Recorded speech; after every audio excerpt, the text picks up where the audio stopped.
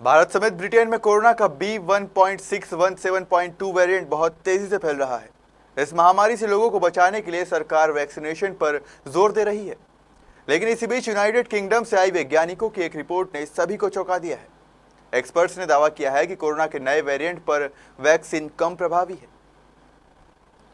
Oxford विश्वविद्यालय के professor और टीकाकरण पर संयुक्त कमेटी के उपाध्यक्ष एंथनी हार्नडेन ने कहा कि कोरोना वैक्सीन वायरस के B1.617.2 वेरिएंट पर निश्चित रूप से कम प्रभावी है।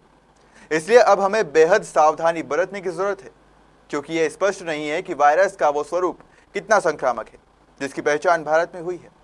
हार्नडेन ने कहा, हल्की बीमारी में टीके कम प्रभावी हो सकते हैं, लेकिन हमें नहीं लगता है कि गंभीर बीमारी में वे कम प्रभावी होंगे।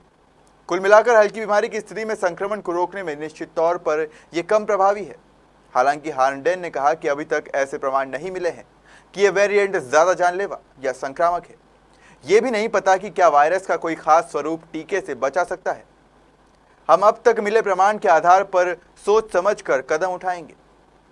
हार्नडेन के बयान के बाद ब्रिटेन के प्रधानमंत्री बोरिस जॉनसन ने कहा, हमारा मानना है कि यह वेरिएंट पहले के वायरस की तुलना में ज्यादा संक्रामक है। दूसरे शब्दों में कहा जाए तो यह एक व्यक्ति से दूसरे व्यक्ति में आसानी से फैलता है।